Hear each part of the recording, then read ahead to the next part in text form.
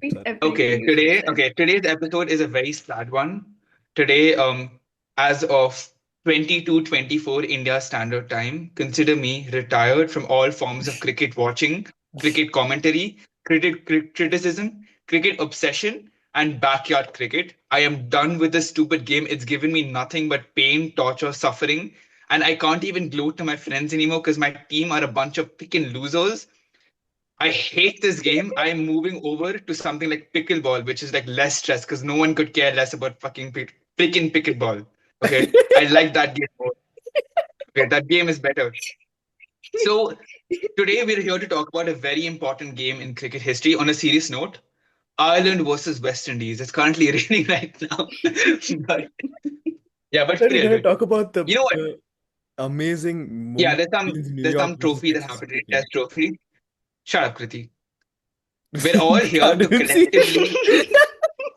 Wait, I thought you were gonna talk about the amazing Mumbai Indians New York versus Texas Super Kings last minute Yeah, success.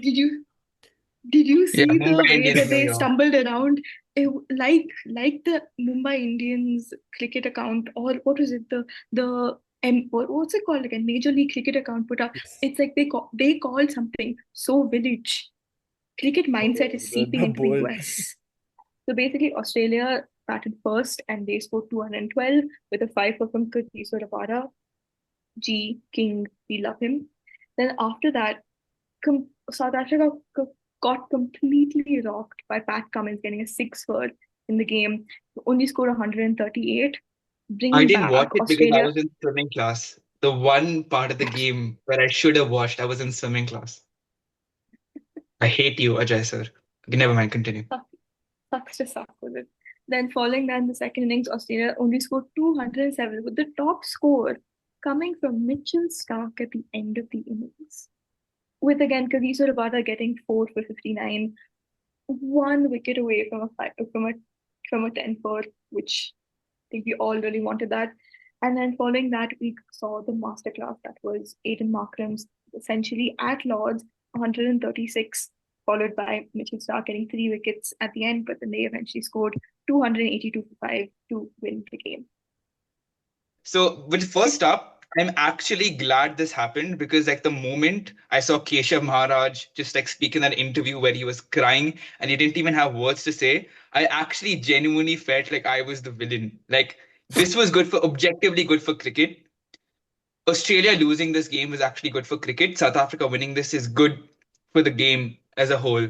And the good guys won at the end. Let's be honest, the good guys won. Australia, even though they weren't doing anything objectively bad, the good guys won. South Africa, and if I'm being like 100% genuine right now, I kind of am a South Africa supporter of this one. They deserved it with a far inferior team. They played the conditions well, and I potentially might in the future move to South Africa over Australia, supporting them. Udit. And glory Yeah. to Test cricket. Glory to Test cricket. Lords has a slope, guys. Oh Lords has a yes, slope. I agree. I think that the true whatever you just said to summarize it all, because I think we all have the attention span of goldfish. Um, Yay Test cricket, hooray Test cricket, may it long live forever and ever. This is why we love the game. Udit, I think this is a record time. You've given me a headache with how many goalposts you've jumped. Ow! It's What? a Look, monologue. dude. Look, dude. They were talking about a guy lifting the trophy who can't jump over a single goalpost in his life. He can't even jump over a hurdle. Oh no. So it's time to like jump over goalposts for him, right? Temba Bavuma. Temba Bavuma has more cake than all of Australia's bakeries have combined, right? That's why they won. They won with character and strength. And just how do you injure that hamstring? Genuinely, there's like so much hamstring there. How do you injure it? Look at this man. Look at this man. How can you? He is a behemoth of an individual while also being petite in stature. You cannot. You cannot. I But can see this you seems smiling. mean, I feel like you Preeti. have to say something. It's not me, because he's the first ever winning captain for the South African cricket side. Think about it like that. He is a man who has achieved what no other uh, South African captain had before him. He is a man who, despite all odds, and this is, I'm going to make a bit of a serious point here, the first black Test captain for South Africa, the first like he became like a role model for a lot of young black South African batters. Because yes, you had their like strong bowling unit, and that was they were known for their like very powerful black bowling unit. But for the first time, a lot of young South African aspiring cricketers, especially the black cricketers, had someone to look up to in the form of Temba Bavuma. Regardless of all the criticism, regardless of every shot fired at him, even right now we're uh, firing shots at him, he is still an inspiration to South Africa, and he deserves to be recognized for that. All hail Temba Bahuma. How Do you have dare any you? thoughts? Yes, Aram, we haven't heard What you speak happened? in like years. You're allowed to speak, man. See, the thing is, Yeah. Listen. my room is a complete mess because we just shifted. This, I was watching like the whole game, just arranging my cupboard. So the only thing I heard was just after every 2 minutes was a no ball. That's genuinely the only thing. That's genuinely the only thing I heard the commentators saying. And like they were criticizing it so much. And like on the first day, like Marco Jansen, I don't know, I genuinely don't think he saw the line because of Rabada or something, but because he was like, he was 3 feet in front. It was that huge. And it reminded me of Asif and Amir. Yeah, I was just about to say It that. genuinely Left reminded arm me of seamer at north. Asif and Mohammad Amir. Yeah. Yeah. It was that huge. And like the frequency, like 10 in the first innings and I think 11 or 10 in the second, the game would have been over like half an hour ago if these no balls were not there.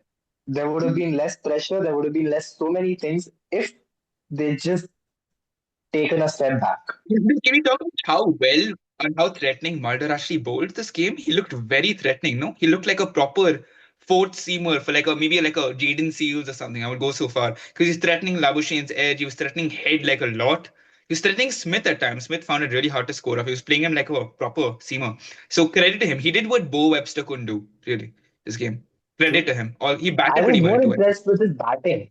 Yeah, I was more impressed with his batting in the second innings. He held up the other end with Markram pretty well until he got out, which was again a half volley which he just chipped to Labuschagne. But he batted pretty well. Like it was what I think he scored 20 or what 57, 58 or something like that. 27. And the more important was the partnership there. It Yeah, was just there and stability.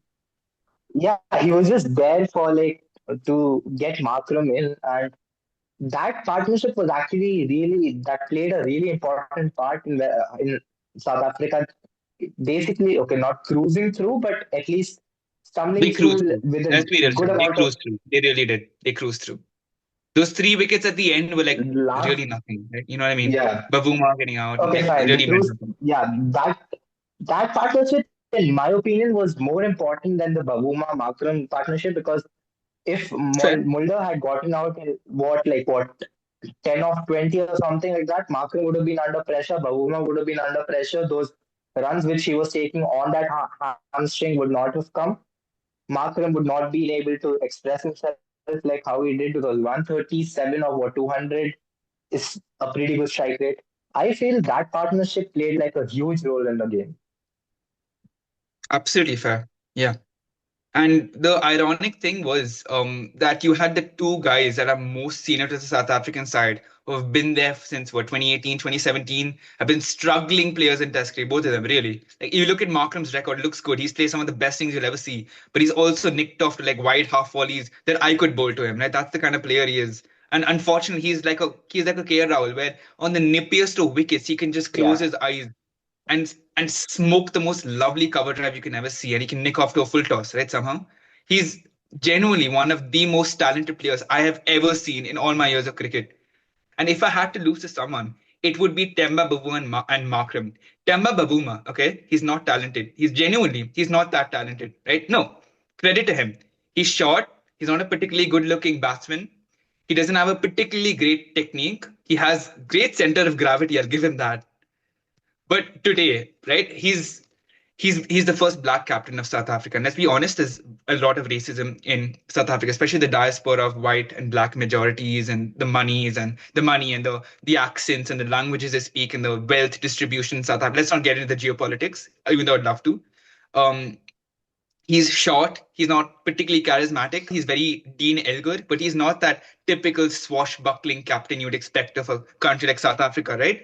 He's a humble, just do the work sort of lad. And that is something I can respect so goddamn much. And he's genuinely one of the best captains in the world. He's a great tactician. He's won 910. And I don't to like give me shit about not winning against the big teams, because he won a test. He crushed India in that one test in Cape Town. The second one is a bit of a shootout, so we can let that go. He's crushed Australia. Let's be realistic. He's crushed And Australia he here. didn't play the second test. He didn't play the second test He missed against the India. second test. Yeah, he missed the second test, and he Yeah. didn't have any fault in that. And he scored 400s in his career. He averages 37, which on South African wickets is bloody high, right? No one averages even 20 on South African wickets at times. And what makes me really disappointed is that he hasn't been given this respect before, even though he's turned South Africa into what like it could be argued that they're the best team in the world, but he's definitely top two in the world, right? On their own merit, they're top two in the world. So this felt so poetic that Temba Bavuma, the entire antithesis of what we expect an international cricket captain to be, won the most coveted international trophy in one of the most trophyless, like the drought-filled trophyless nations in the world. He and Rajat Patita draw out parallels in that. They both unglamorous, they both do your work, they're both walking in the domestic circuit, walking behind the scenes. And like guys like Virat Kohli, De Villiers, Carlos, these heroes, right? They didn't win anything. They didn't win jack with their respective teams. And now these guys won it. World Test Championship final, it's in Lords. Surprise, surprise, it's in England, yeah. But it's Lords, so it has a special sentiment or whatever. You have Australia scoring 212 in the first innings, being bowled out on day one, which all of us thought would never happen. All of us thought that Australia would just like go big runs and South Africa would be this small little midget under the might of Australia. But no, They were a this small is little why midget in the might of Australia. yet they still Sorry, won, didn't Temba. they? Yet they still shut up. Yet they still bowled out Australia. They got Usman Khawaja for a duck. They got Cameron Green out for four. They got Steve Smith. Okay, no, Steve Smith actually. He was second top scorer. Followed like only behind a basically debutant Bo Webster. He's also like he's a 31-year-old domestic talent. He's not a massive talent like a Green or something. Right? And Green, by the way, he was shit in this game. Green looks like a 5-year-old who did like he pooped his pants or something. He's just coming out. He's scared like his parents will find out and something. He looks so damn scared every time he comes out to bat. I just want to tell him and slap him in the face and like, you've played like 30 test matches. Like when you play someone like the first innings, I don't particularly blame him because he got out to a really good ball, right? He got out to a great ball. But even like the two balls he played before that, he played like he got a wide one outside leg stump and he sort of bottom edged it. He wasn't even sure about hitting that shot. And the third innings, right? He just nicked off to a ball that didn't do much. He just went forward, nervous little prod when Australia were well on top, and he lasted 2 balls. He lasted 5 balls the entire test. Now I get it. Rabada's an okay bowler. He's not that great or anything. He's not like Bo Webster or anything, but decent bowler. But you don't play objectively bad shots in at Lords on a nippy wicket, right? You either do the Travis Head or you do the Steve Smith, right? Where you rotate the strike, you leave the ball, and that's the same thing with like guys like Khawaja and Labuschagne. You're nicking off to every other guy on the planet. You probably nick off to me if I bowl like a cross seamer to you, right? And he got out to Bumrah the same way. He got out to Rabada the same way. And he didn't get out to like massive duties or anything. He got out to the same regulation outside at the same jump poke. And he used to be so great at playing balls that swung and seamed. And he scored runs against South Africa and Rabada before. I know he's got it. But I really don't know what it is. I think he's maybe getting much more complacent. He's accepting the fact that he has a weakness and he's going to score like 2 runs a game. And he's riding on that luck. And I mean, he's probably the best player in the world in the subcontinent, right? Let's be realistic. Best spin player on Test cricket in the world, right? Or maybe like what Labuschagne in the first innings. He got out to a good ball there, and I don't know what the deal with Labuschagne is. He has no scoring shots anymore, and I've seen Labuschagne at his best, and he can take the strike at will with his eyes closed of good balls as well. And I don't know what's really happened to him. I think it's a mindset thing. I don't think it's a technique thing. Because this tech, you look at Labuschagne play, he looks absolutely rock solid, right? He looks rock solid. It's like even when he nicks the ball, until he nicks the ball, he just looks like he has everything set. But you just know there's an inevitability that he'll get out facing 60, 70 balls. This is a monologue. This is a monologue that has gone for Oh, very shit. long. My bad. I'm sorry. I didn't Listen, realize. I'm sorry. We're on a to podcast. I'll stop it's speaking. fine. I'm sorry.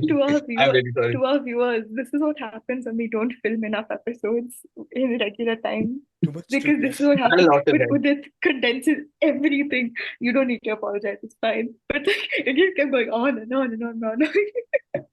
Dude, Arham has told me to shut up so many times. I was wondering why didn't he tell me to shut up here?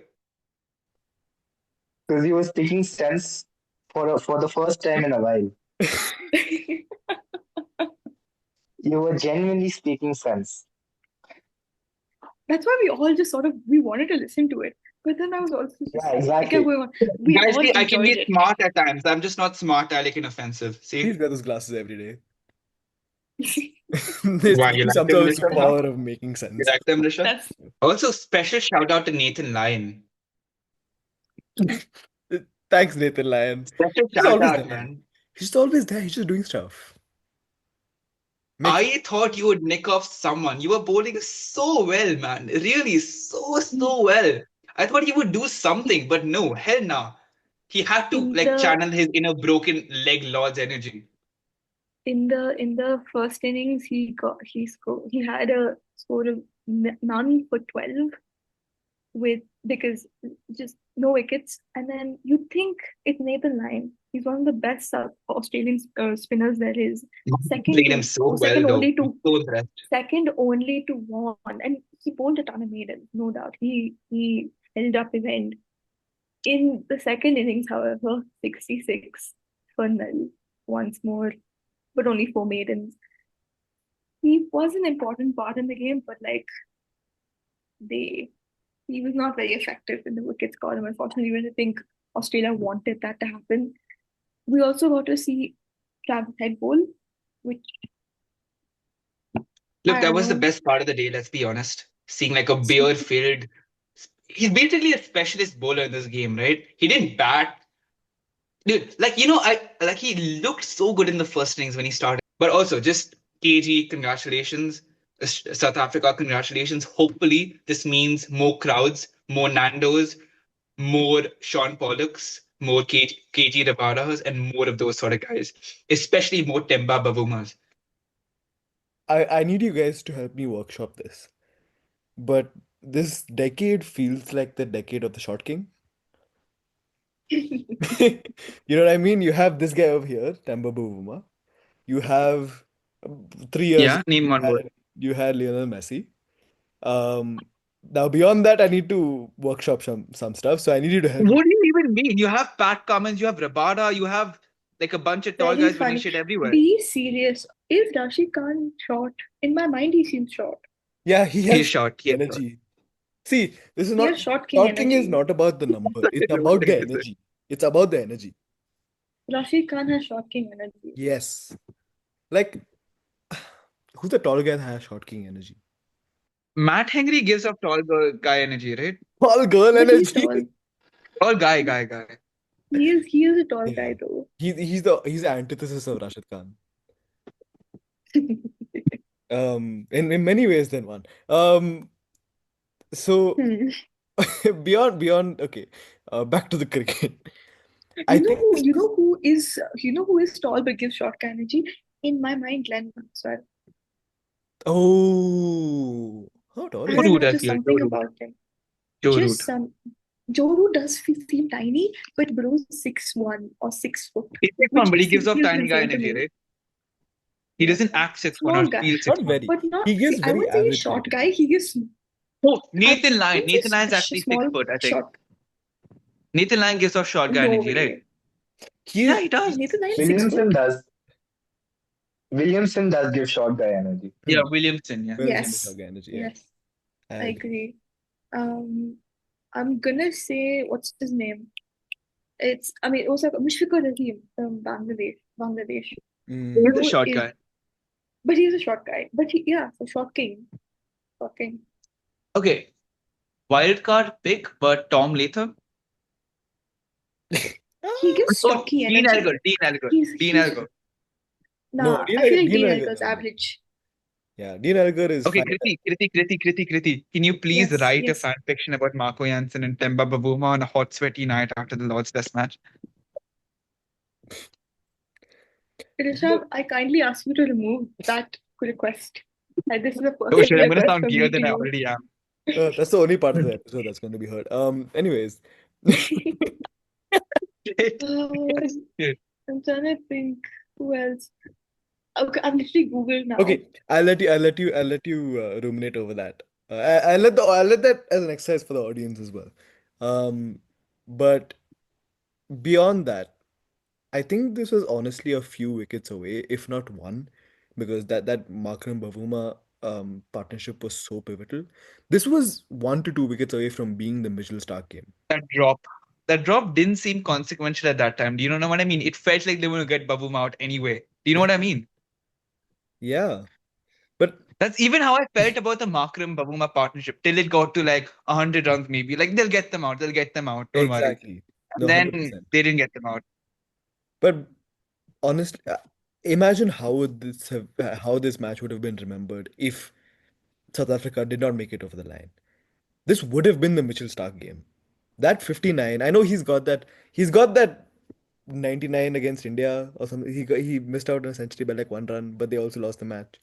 Um, this mad. But with how Australia were batting in that their second innings, to be able to pull those, like it wasn't like oh, I'm just gonna hit the ball and somehow 59 It came. was a genuine smart test innings. You know what I mean? It really was. And for most of it, it was the 10th wicket, not even the ninth. It was one bad, you know, Shot. weird bounce of the seam. He was playing team well too. He was playing Rabada well. He was leaving him on length. He Hmm. was like playing him very comfortably. And by the way, my favorite part of the game was when Josh Hazelwood was just like nonchalantly defending Keshav Maharaj, like back just in front of Pat, like better than Jadeja actually. Aram, you know that Jadeja defense, no? He was Yes, actually yes, defending him yes. so well. He was getting outside the line and putting his leg down. You can't see me doing the forward defense right now, but his like hand was in front of his pad. It was so pretty, man. But The it highlight also of I the felt test match for me yeah. was the uppercut which he Oh played, I yeah, he think, plays that to on Marco Jansen. Jansen. Yeah, that was lovely. That was like he played it like he played it it was so controlled, and it was like right where it should have been played. There was no second thoughts to it. He That was not premeditated. It was not impulsive. He played it on the merit of the ball. He played it like an actual number four, number five batsman. That was a pure, beautiful uppercut. Okay, one last thing I wanted to talk about was um the pitch was hats off to those curators. I guess the uninitiated might say, "Oh, why is it turning so much on day three? Why are there puffs of dust coming off the ground?"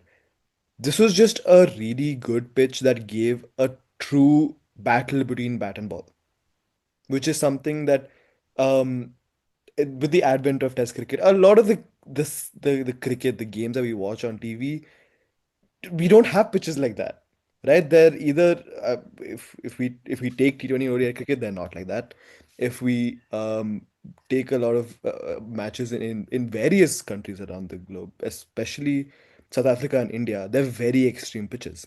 So it's so refreshing to see that, right? Some people might like, even though yes, it was technically a low scoring game, that was also because you had two very suspect number threes. You had two very hobbled together batting orders, right? But you still managed to make a game out of it. That And is you had two world-class bowling lineups. Like also true. right now, these two bowling lineups are the best in the world. Like Australia is number one. There is no second guessing that. Australia has the best. I said it on the group as well. Australia has the best lower order, and Australia has the best bowling lineup. So basically, those five guys, like those, yeah, Pat Cummins, Hazelwood, Starr, and Lyon. Those four in bowling and batting are, That's I a 10. think, No, I Football. don't count him, but I don't count him. Bro, I don't even see Head as a cricketer, genuinely. He's just a guy.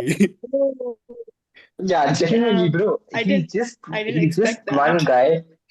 He's just one guy who, like, whenever I've seen him, all his shots are either like hard cuts or just glances down the leg. That's I it. can make an argument out of that. If you Were okay, you you continue. Aram, Aram, were you not won over by all his Uber ads, Uber Moto ads, Oh my with him being the God. Hyderabadi? No, but because of that, I actually started using. Because of that, I actually got to know there was an Uber Moto, and I started using that a lot. Oh my God. Advertising to the rescue. Yeah, Successful marketing, successful marketing. yeah. Hey, So what is Uber that Moto, I'll by the give way? to Head. What happened? Unsuccessful What is Uber marketing, Moto? clearly. So it's basically like a Rapido of Uber. Same thing. No, what's so groundbreaking about that? Because Travis It's Head was See, a Hyderabadi while also using Uber Moto. Hyderabad. Oh my. I still remember the jingle. That's how effective it was. But clearly, it wasn't effective enough for this. But I like Rishabh, you're right. Like it was a tough pitch, but it was a very fair pitch, especially in England, notoriously known for its green decks. So I guess definitely kudos to the Lords ground staff for that and the pitch curators and all that.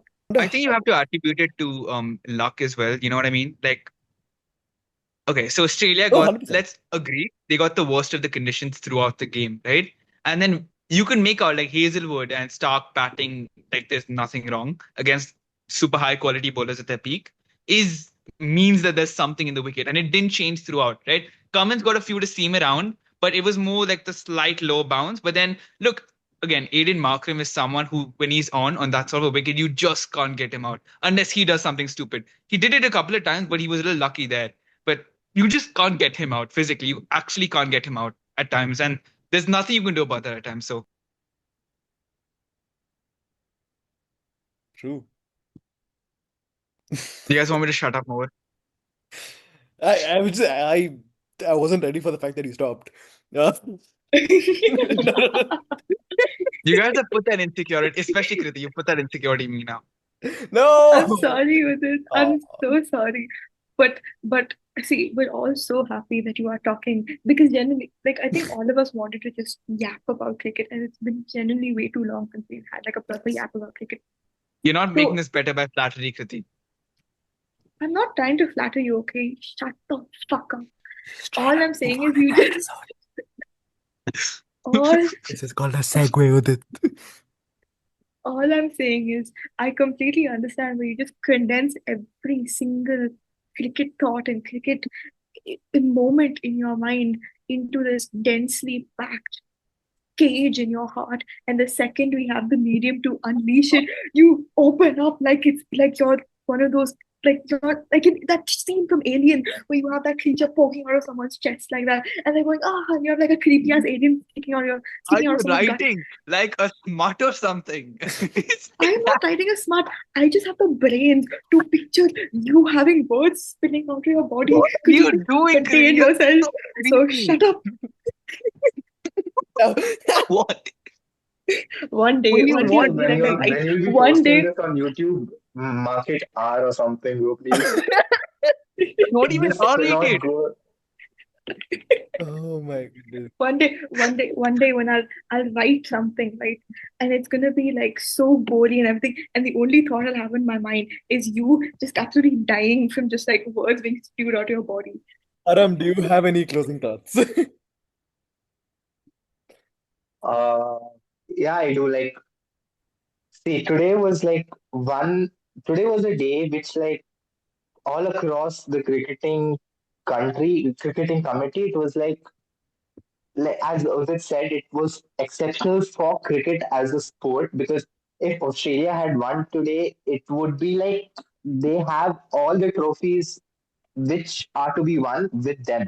Like they have the Border Gavaskar with them, they have the World Cup with them, they had like the last champion. They have like all the series which have all the Bilateral series, they have all the trophies with them. Every trophy to be won is with them. Shut Actually. up with it. So if I see Australia you won doing your this, blowing ass kisses. it would be like there's nothing else left for the teams to play. It would be like teams are just playing cricket to get those trophies from Australia, but that in itself is a bloody nightmare because you cannot win against Australia, man. Like you just can't. However good a team you put, you throw that smile. God's sake, you genuinely can't. It's like how many of us actually gave the South African batting unit a chance to even cross 200? Like, bro, even in the first innings, they were like what 121 for five. I was like, they're pretty well. Like they've crossed 120 without like a huge nightmare, and then comes along Pat Cummins with another 6 foot. So you cannot just escape any of them. You escape Stark, Hazelwood's there. You escape Hazelwood and Stark's spell together. That itself is a bloody problem. The world's what third best bowler comes along. World third best test bowler comes Okay, along, those are some fighting words, Arham. and then just rattles your whole batting lineup. And then you have the world's best test spinner. And Okay. then you They have don't call him the goat for no and reason. then you have guys like Bo Webster and Cameron Green who can just give you overs, not let anything go. And then once you're through with that, basically crossing one, basically barely crossing 150. And then you have a batting lineup which has Steve Smith, Mohammad Abu Shane, and Head at the peak of his powers. No one really gave South Africa a chance, also because South Africa had that whole curse, right? And I don't know how much the curse is real. You know what I mean? Like when South Africa were playing really good sides in those finals and semis, they were playing really good sides. Right? The only choke I would say is They were. 1999. They were playing very good sides. Like New Zealand 2015 is a very good side. India And the fact, 2024 is. like, genuinely, South Africa has been the best cricketing side in like the past decade. I would give them that because South Africa has beaten England, New Zealand, and South Africa has been placed with England, New Zealand, and Australia many of the times, and they've still somehow qualified for the semis and the finals in every single ICC tournament. That's like pretty amazing for a team which has like no big names. Like, tell me one big name which was there in your like World Cup in the You know, 2023 World Tabata Cup. is not as big a name as he should be. Do you know what I mean? He's not as celebrated Yeah, as he should be. exactly, Really. He's not exactly. idolized the same way the previous And that's so bowling. unfair Like because people have don't you look at seen him as Rabada? Have you seen the amount of yeah. fear he brings in people and coke dealers around the world? God No, damn. it's I was going to say, insane, like, man. Rabada is in any other country, he would be considered a modern T20, not T20, God, not Absolutely, dude. T20. And Modern That's cricket great. great, yeah. A real modern, like, Modern test. he Yeah, has like two, three balls in strike rate over the next best, like up for above 300 wickets or something like that. In the Yeah, history of the yeah. His that's test, strike average rate. is the 22 best point strike bowler in history of at the the game. start. At the start of the test match, his average was what 22.02 with over 300 wickets. That's How? like So, Insane. Insane. genuinely I don't know. but there are a few things you have to factor to it. First up, you saw today, like Marco Jansen is very talented, but he struggles to get wickets at times. Do you know what I mean? Like when he gets wickets, but a lot of the time he doesn't get wickets. Mhm. So he hasn't bowled with like a Philander, Stain, and a Morkel a lot of the time. Right? We say it's the best bowling lineup, but Nigiri's, let's be honest, even though he bowled decently in the second innings, he's not up to the mark. He's not top test quality. Berger just came in. He's been bowling with a Noki all of the time who averages 26 with like less than 3 wickets a game. So Rabada takes a lot of the wickets and he bowls on some pretty spicy surfaces, right? And that's not taking anything away from you. You can only bowl on what you're given, right?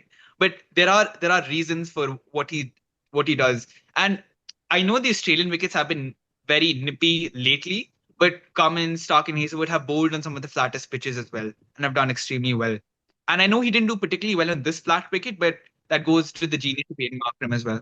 So it's an argument, I would say. Bumrah, Cummins, and Okay, Bumrah's number one. Let's see. He's clear. Bumrah, like Cummins and Rabada is still an argument. Even though Rabada is slightly on top, I would say.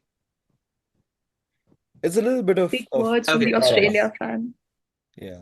I guess maybe it's just because we haven't played tests in a while, but um, uh, there is some recency bias can step in because it's been a while. and what a privilege we get to see such quality fast bowling. What a absolute privilege, man. There's nothing I like better Agreed. than watching quality fast bowling. It's we better than we batting. look back at this we look back at this in like 10, 15, 20 years time, be like, we lived through one of the peaks of fast bowling, and Mhm. like just genuinely skilled fast bowling, and we got to witness all these different like like quartets or groups of, or like pairs of bowlers at their peaks. We will definitely, like, was the current Australian bowling unit, like Arnav said, we are going to be talking about them for the next 10, 15 years. We're going to look back and be like, that was a golden era for Australia. People still talk about them in 2017, 18. People 2017, 2018, they were still viewed as some of the best. They are still viewed as some of the best, and we will continue to view them as some of the best. Like I just it's found just this basically a Australian fact at bowling this point. lineup as I think the third best ever. The first being your 80s and West 70s West Indies, Indies. West I Yeah. would Indies. argue that okay, it's an argument. I would say they're still better because of the variation with line and because of the variability of their fast bowlers with left arm angle. And I'm lately, talking Stark only has been. I'm talking only fast bowling. I'm not talking about spin at this point. I mean, they had four fast bowlers. Australia have three, right? So that comes in as well. Okay, They didn't fine. have a spinner then. Yes, but But Taking Bo their Webster as bowling your fourth. please, okay, Cameron Green potentially. Okay, Okay, but I'd fine. say Mockle, Philander, and Stain are the closer comparison. I think they're clear of Mockle, Philander, and Scale. Yeah, Stain okay, because fine. Fair. Philander and Mockle had their limited had their had were limited as well Limitations, yeah. in what they could do. Yeah. The second, in my opinion, would again be the Australian bowling lineup of the 2000s with your Brett Lee, your Brett Glenn Lee, McGrath. Yeah. Bro, there he was averaged just you few. 30. can't you can never discount a speed demon. I'm with Adam on this. Yeah, A Okay, speed you're exactly. There fast. demon was a is Okay, player. such a important, you're fast and all. I get it. You're quick. Boom. You bowl good bouncers. Can you take a wicket? but that doesn't necessarily need to be their purpose. That doesn't necessarily need to be But then you will have great days. But then a lot of bowlers have great days, right? You can have Ollie Robinson taking a six for his with like no economy as well. You know what I mean? Ollie Robinson is a better bowler than Mark Wood. It's that sort of argument. Okay, it's agree to disagree. but It's they an agree to serve disagree. different, That's fair. you can say they serve their own purposes. Different Some purposes. bowlers Yeah, who, it's just like with Philander, right? Yes, he's one of the greats, but he definitely didn't take as many wickets as we probably think he should have, because his role in the South African team at that time was different from what maybe we wanted his role to be.